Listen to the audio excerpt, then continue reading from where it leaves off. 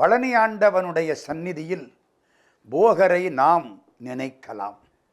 பழனி ஆண்டவனை பார்த்தால் போகர் நினைப்பு நமக்கு வரும்.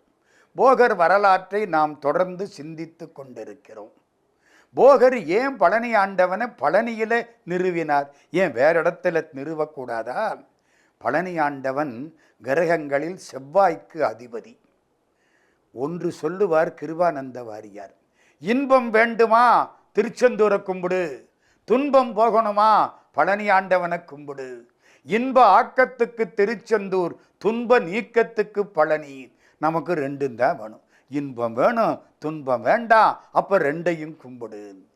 இந்த துன்பத்தை தரக்கூடிய கிரகங்கள்ல இந்த செவ்வாய் ரொம்ப முக்கியமானது. செவ்வாய் எங்கே இருந்தாலும் அப்படித்தான் இருக்கும். அதனால தான் செவ்வாயினுடைய ஆற்றல் எந்த இடத்துல அதிகம் இருக்கோ, செவ்வாயினுடைய ஆதிக்கம் எந்த இடத்துல அதிகமாக இருக்கோ அந்த இடத்துல பழனி ஆண்டவனை பிரதிஷ்டை பண்ணினார் போகர். பழனியிலே அந்த ஆதிக்கம் அதிகம். நீங்கள் வழிபாடு செய்வீர்களேயானால் உங்களுடைய துன்பங்கள் தீர்க்கப்படும். 9 பாஷாணங்கள், அதை வைத்து அந்த மூர்த்தியை செய்தார். லிங்கம், குதிரைப்பல், கார்முகில், ரகசெந்தூரம், வெள்ளப்பாஷாணம், இரத்த பாஷாணம், கம்பி நவரசம், கௌரி பாஷாணம், சீதை பாஷாணம் அப்படின்னு 9 வகை மூலிகைகள் சொல்கிறார்கள். அதையெல்லாம் சேர்த்து பழனி ஆண்டவனுடைய திருமேனியை உருவாக்கினார் போகர். பின்னாலே அருணகிரிநாதர் அந்த மூர்த்தியை பார்த்து வழிபட்டு சிவனார் மனங்குளிர உபதேச மந்திரம் இரு செவி மீதிலும் பகர்சை குருநாதா என்று கண்ணீர் வழிய பாடுகிறார். வசனமிக வேற்றி மறவாதே, மனது துயராற்றில் உழலாதே, இசை பயில் ஷடாட்சரமதாலே இக பர சௌபாகியம் அருள்வாயே. இங்கேயும் நல்லா இருக்கணும், அங்கேயும் நல்லா இருக்கணும், ரெண்டு வேணும்னா பழனியாண்டவனை கும்பிடு. வசனமிக வேற்றி மறவாதே, மனது துயராற்றில் உழலாதே, இசை பயில் ஷடாட்சரம் மதாலே இகபர சௌபாகியம் அருள்வாயே. பசுபதி சிவாக்கியம் உணர்வோனே, பழனி மலை வீற்றருளும் வேளா, அசுரர் கிளை வாட்டி மிக வாழ அமரர் சிறை மீட்ட பெருமாளே. அருணகிரிநாத சுவாமி பாடின அற்புதமான வாக்கு. 9ஆம் நூற்றாண்டில் சேர ராஜா பழனியிலே கோயில் கட்டினார். அந்த கோயில்தான் இப்பொழுது நாம் பார்க்கக்கூடிய மூலஸ்தான சந்நிதி. 1446 ஆண்டில் உண்டாக்கப்பட்ட ஒரு கல்வெட்டு முருகனை இளையநாயனார் என்று பேசுகிறது. 1520 செய்யப்பட்ட ஒரு கல்வெட்டு பழனிமலை வேலாயுத சாமி என்று பேசுகிறது. இதற்கெல்லாம் காரணமானவர் போகர் என்ற சித்தர். எங்க வந்தார்? பழனிக்கு வருகிறார். உமையவள் பேசுகிறாள், இந்த உலகத்தை காப்பாத்துறேங்கிறது ஒரு பக்கம் இருக்கட்டும், நீ பழனிக்கு போ. அதுக்கு அப்புறம்தான் போகர் பழனிக்கு வந்தார். இந்த விக்கிரகத்தை உருவாக்கினார். தண்டாயுத பாணியின் மீது பக்தி கொண்டார். அங்கே இருந்து சீனாவுக்கு போறார். சீனாவில் கொஞ்ச காலம் வாழ்ந்தார். இவருடைய சீடர் புலிப்பாணி அங்கே போய் இவரை அழைத்து கொண்டு வந்தார். சீடரும் குருநாதரும். குருநாதருக்கு பெயர் போகர், சீடருக்கு பெயர் புலிப்பாணி சித்தர். சீனாவில் கொஞ்ச காலம் வாழ்ந்த பொழுது வாஓசியு அப்படின்னு அவருக்கு பேராம். வாஓசியு நமக்கு ஆச்சரியமா இருக்கு. சீன மொழியிலே இருந்தவர், சீனராக பிறந்தவர், பழனி ஆண்டவனை உருவாக்கி இருக்கிறார். ஆண்டவனுக்கு முன்னாலே மொழிகளோ இனங்களோ ஜாதிகளோ நாடுகளோ வித்தியாசமே கிடையாது. சீன மொழியிலே நூல்கள் எழுதினார். சீடர் புலிப்பாணியை கொண்டு வந்தார். முருக வழிபாட்டை புலிப்பாணி சித்தரிடத்திலே ஒப்படைத்தார். ஒரு சுரங்கத்தை அமைத்தார். பழனி ஆண்டவனுடைய சந்நிதிக்கும் தான் சமாதியாக கூடிய இடத்துக்கும் கீழே ஒரு சுரங்கத்தை அமைத்து அந்த சுரங்கத்தில் போகர் சமாதியானார். இன்றைக்கும் பழனிக்கு செல்லக்கூடிய பெருமக்கள் அந்த போகர் சமாதியை கண்டு வழிபட்டு வருகிறார்கள். இது போகருடைய வரலாறு. இதே மாதிரி நம்ம நாட்டில் சித்தர்களுக்கு எல்லையே கிடையாது. சித்தர்கள் கணக்கு பார்க்க முடியாது. 18 சித்தர்களுங்கிறது ஒரு பேரு தான், 18 இல்லை. எனக்கு தெரியவே 100 கணக்கான சித்தர்கள் இருக்கிறார்கள். என்னுடைய சிற்றறிவுக்கு எட்டியவரை இன்னொரு சித்தர் சட்டிச்சாமி சித்தர்னு பேர். பாண்டிச்சேரியிலே அவரை பற்றி ஒரு செய்தி அண்மையில் தெரிந்தது. பாண்டிச்சேரியிலேருந்து கொஞ்ச தூரத்தில் ஏனாதிமங்கலம்னு ஒரு ஊர் இருக்கு. இந்த ஏனாதிமங்கலம் கிராமத்தில் ஒரு முருகன் கோயில். அந்த முருகன் கோயிலிலே ஒரு முருகன் அடியார். அவர் வருவார், கோயில் வாசப்படியிலே படுத்து கிடப்பார். பேரென்ன தெரியாது, எங்கேருந்து வந்தார் தெரியாது. யாராவது சாப்பாடு கொடுத்தால் சாப்பாடு, இல்லைன்னா கவலையே கிடையாது, பட்டினி. முருகப்பெருமானை வழிபட்டு கொண்டு முருகன் கோயிலிலே வாசப்படியிலே படுத்து கிடப்பார். பக்கத்திலே ஒரு திண்ணை, சில சமயம் திண்ணையில் படுத்து கிடப்பார்.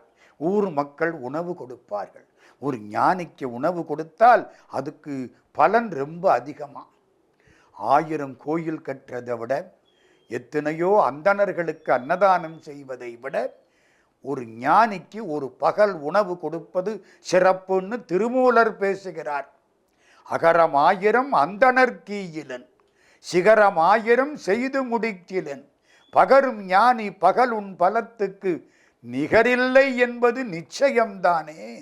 திருமூலர் திருமந்திரம். ஊர் மக்கள் இந்த சாமியாருக்கு என்ன பேரு? முருகன் அடிமையின். இவருக்கு எல்லாரும் சாப்பாடு போட்டாங்க. அந்த ஊரில் ஒரு பணக்காரர். எப்போவுமே இந்த பணத்தில் ஒரு கெட்டது என்ன தெரியுமா? பணம் சேர சேர சேர சேர இன்னும் சேர்க்கணுங்கிற ஆசை கூடிக்கிட்டே இருக்கும். நம்ம இட்லி சாப்பிட்றோம், 4 இட்லி சாப்பிட்டா 5வது இட்லி சாப்பிடணுங்கிற ஆசை குறையும், 6வது இட்லி சாப்பிடணுங்கிற ஆசை இன்னும் குறையும். எக்கனாமிக்ஸில் டிமினிஷிங் மார்ஜினல் யூட்டிலிட்டின்னு சொல்லுவாங்க. போக போக போக போக அந்த விருப்பம் குறையும். சாப்பிட சாப்பிட சாப்பிட சாப்பிட அது குறையும். இந்த பணத்தில் மட்டும் சேர்க்க சேர்க்க சேர்க்க சேர்க்க இன்னும் சேர்க்கணுங்கிற ஆசை கூடிக்கிட்டே இருக்கும். அதனால தான் நம்ம குன்னக்குடி சாமி அழகா சொல்லுவார், மனித ஜாதிக்கு தீராத நோய் ஒன்று உண்டாகி இருக்கிறது, மாறாத சாபம், இறங்காத விஷம், அதுக்கு பேரு பணம்னார். ஏனாதிமங்கலம் அங்கே ஒரு பணக்காரர் இன்னும் பணம் சேர்க்கணும், இன்னும் பணம் சேர்க்கணும். என்னமோ போகிற போது எல்லாத்தையும் மூட்டை கட்டி கொண்டுகிட்டு போகிற மாதிரி. இந்த கோயிலில் முருகனுக்கு இவ்வளவு அலங்காரம் பண்ணியிருக்காங்களே, இவ்வளவு நகை போட்டிருக்காங்களே, அதை எப்படியாவது ஆள் வச்சு திருடணும். கடைசி அதை யோசிச்சார். ஒரு ஆளை பிடிச்சார், அந்த ஆள்கிட்ட விஷயத்தை சொன்னார். வழக்கம் போல அவன் அன்னைக்கு ராத்திரி வந்தான், மதில் சுவர் ஏறி உள்ள குதிச்சான். உள்ள குதிச்சு வேற சாவி போட்டு திறந்து முருகப்பெருமானுடைய திருமேனியில் இருந்த நகைகள், உள்ளே இருந்த நகை எல்லாத்தையும் எடுத்து பொட்டலம் கட்டினான். இதெல்லாம் எப்போங்கிறீங்க? கிட்டத்தட்ட 120 வருஷத்துக்கு முன்னால எல்லாத்தையும் பொட்டலம் கட்டி விட்டான். கட்டி திரும்ப மதில் சுவரில் ஏறி வெளியில குதிக்கணும். வெளியில குதிச்சானா நம்ம முருகன் அடியார் அந்த இடத்துல படுத்து கிடந்தார். இவருக்கு பக்கத்தில் குதிச்சுட்டான். குதிச்ச பொழுது பயந்து போய் ஒரு கயிறு தொங்குனுச்சு. அந்த கயிற்றை வேகமாக இழுத்து விட்டான். கீழே விழுகிற பொழுது என்னமாவது கைக்கு கிடைச்சா பிடிப்போம் இல்லை, அந்த கயிற்றை பிடிச்சி விட்டானா அந்த கயிறு என்ன தெரியுமோ? கோயில் மணியினுடைய கயிறு. இவன் பிடிச்ச உடனே மணி வேகமாக அடிச்சிருச்சு.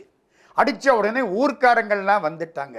திருடன் என்ன பண்ணா, அப்படியே எடுத்த மூட்டையை இந்த முருகனடியார் பாதத்தில் போட்டுவிட்டு ஓடி போயிட்டான். ஊர் மக்கள் எல்லாம் வந்து பார்த்தார்கள். அந்த காலம் கோயிலில் மணி அடித்தா எல்லாரும் வந்துடுவாங்க. வந்து பார்க்குறாங்க, முருகனடியார் நல்லா தூங்குறார். கால் மாட்டில் முருகனுடைய நகைகள் எல்லாம் கிடக்கு. என்ன தோணும்? இவர் தான் எடுத்திருப்பார்னு தோணும். எந்த பணக்காரர் ஏற்பாடு பண்ணாரோ அவரும் வந்துட்டார். அடப்பாவி, நம்ம திட்டத்தை கெடுத்து விட்டானே இந்த சாமியார், அதனால இவனை அடி வாங்க வைக்கணும் சொல்லிவிட்டார். இவன் தான் திருடி இருப்பான். எல்லாரும் இந்த புண்ணியவானை முருகன் அடியாரை, ஒரு பெரிய சித்தரை நன்றாக அடித்தார்கள். நம்ம ஊரில் இந்த தர்ம அடி அடிக்கணும்னா ரொம்ப பேர் வந்துடுவான். எல்லாம் சேர்ந்து பாவம் அவரை மிக அடித்தார்கள். உடம்பெல்லாம் காயம், இடியும் மழையும் வந்தது. எல்லாம் வீட்டுக்கு ஓடி போயிட்டாங்க. இவர் வெளியில் வந்து அப்படி நிற்கிறார். உடம்புல ரத்தம் ஒரு பக்கம், மழை தண்ணி ஒரு பக்கம், ஒன்றும் பேசலை. ஏதோ இப்பிறவி எடுப்பதற்கு முன் செய்த தீவினையோ இங்கனே வந்து மூண்டதுவே. இப்போ நான் ஒன்றும் தப்பு பண்ணலை, கடவுள் ஒரு காலம் தப்பா தண்டனை கொடுக்க மாட்டார். ஒருவேளை போன பிறவியில யாருக்கு என்ன பண்ணனோ தெரியல, அதான் இந்த அடியெல்லாம் எனக்கு. அப்படியே நிற்கிறார். பக்கத்தில் ஒரு பையன் வேகமாக ஓடி வந்தான். இந்த சாமியாரை பார்த்தான். கையில் ஒரு சட்டி கொண்டாந்தான். சட்டியை கொடுத்தான். சாமி, இதான் தலைக்கு தொப்பி, வச்சுக்கிடுங்க, இங்கே இருக்காதீங்க, இங்கே இருந்தால் இவர்கள் உங்களை கொன்று விடுவார்கள். பாண்டிச்சேரிக்கு போங்க, எங்க பெரியப்பா வீடு இருக்கு, அங்க போய் இருங்க. தம்பி, பாண்டிச்சேரிக்கு எப்படி போறது? நேர போங்க, திரும்புங்க, வலது பக்கம் திரும்புங்க, கடற்கரை மாதிரி வரும், கொஞ்ச தூரம் நடங்க, பாண்டிச்சேரி வந்துடும். சரி, இறைவன் வழிகாட்டுகிறான். இந்த ஏனாதி மங்கலத்தை விட்டு செல்ல வேண்டும் என்று இறைவன் வழிகாட்டுகிறான். அந்த பிள்ளைய பிடிச்சார், ஒரு முத்தம் கொடுத்தார், புறப்பட்டார். முருகனடியார் தலையில சட்டி கவுத்திருக்கு, வேற எதுவும் கிடையாது. கட்டின கோவனா ஒரு துண்டு, தலையில சட்டி, இதுதான் அவருக்கு உரிய சொத்துக்கள். நேர பாண்டிச்சேரிக்கு வர்றார். எத்தனை ராத்திரி நடந்தார் தெரியாது, எங்கே படுத்து கிடந்தார் தெரியாது. வந்தார், பாண்டிச்சேரிக்கு வந்தாச்சு. சித்தாந்த சாமி கோயில். பாரதியார் பாடுவார், சித்தாந்த சாமி திருக்கோயில் வாசலில் தீப ஒளிகள் உண்டாம். அந்த சித்தாந்த சாமி, அவருக்கு பேரு சித்தானந்த சாமி, பின்னால சித்தாந்த சாமின்னு மாற்றி விட்டாங்க. அந்த கோயிலுக்கு வந்துட்டார் நம்முடைய முருகனடியார். தலையில சட்டியை கவுத்துக்கிட்டு வந்துட்டாரா. அங்க கோயில்ல சாப்பாடு, அன்னதானம் நடக்குது. ஒருத்தன் கூப்பிட்டான், சாமி இங்க வந்து சாப்பிடுங்க. வரிசையில வந்து உட்கார்ந்துட்டார். எல்லாருக்கும் இலை போட்டாச்சு. இவருக்கு வர்ற பொழுது இலை தீர்ந்து போச்சு. உள்ள எடுக்க போனான். சாப்பாடு பரிமாறுறவன் சொன்னா, சாமி சட்டி வச்சிருக்கில்ல, அதுல வாங்கிக்கோ. தலையில இருந்த சட்டியை வெளியில எடுத்தார், கழுவினார், பிச்சை ஏந்தினார். எல்லாம் சட்டியில, சாதமும் அதுல, சாம்பாரும் அதுல, குழம்பும் அதுல, வத்த குழம்பு, ரசம், பாயாசம். என்ன வயிற்றுல என்ன தனித்தனியா இடமா இருக்கு? எல்லாம் ஒன்னாத்தானே போகுது. எல்லாத்தையும் வாங்கினார். சிவார்ப்பணம். சன்னியாசிக்கு எப்பவும் நாச்சுவை இருக்கப்படாது. எவனுக்கு நாக்கு சுவை அதிகமா இருக்கோ அவனுக்கு படிப்பு ஏறாது. நல்லா சாப்பிட பழகிட்டா படிக்கிறதுக்கு மூளை போகாது. ஏன் தெரியுமில்ல, நிறைய சாப்பிட்டா ஜீரணத்துக்கு ரத்தம் போயிடும், மூளைக்கு போகாது. அதுக்காகத்தான் படிப்பு நேரத்தில் மென்மையா ஜீரணமாகக்கூடிய உணவுகளைத்தான் சாப்பிடணும். இவர் என்ன பண்றார்? சாமியார். இவருக்கு உணவு தேவையே கிடையாது. சட்டியில வாங்கி சாப்பிட்டாரா, எல்லாரும் சொல்லிவிட்டான் இவருக்கு பேரு சட்டிச்சாமி. கழுவி தலையில கவுத்துக்கிட்டார். மடத்துக்கு போறார். சித்தாந்த சாமி மடம். ஒரு ஓரத்தில் உட்கார்ந்துக்கிட்டார். வீடு வாசல் இருந்தா தானே. இப்போ வானமே கூரை. ஒரு மடத்தில் ஓரத்தில் உட்கார்ந்துக்கிட்டார். சில பச்சிலைகளை எடுத்து வருவார். யாருக்காவது வியாதி இருந்தால் அந்த பச்சிலைகளை பயன்படுத்துவார், நோய் தீரும். ஒருத்தனுக்கு சித்தப்பிரமை. குளத்தில் உள்ள தண்ணியை எடுத்துக்கிட்டு வந்தார். இந்த தண்ணியை குடிச்சான். சட்டியை அவன் தலையில வச்சார். 2-3 நாளைக்கு அவனை பக்கத்திலே இருந்தார். சித்தப்பிரமை தீர்ந்து வச்சு. எல்லாருக்கும் ஆச்சரியம். சட்டிச்சாமி பெரிய ஞானி. பாண்டிச்சேரியிலே நிறைய சித்தர்கள்.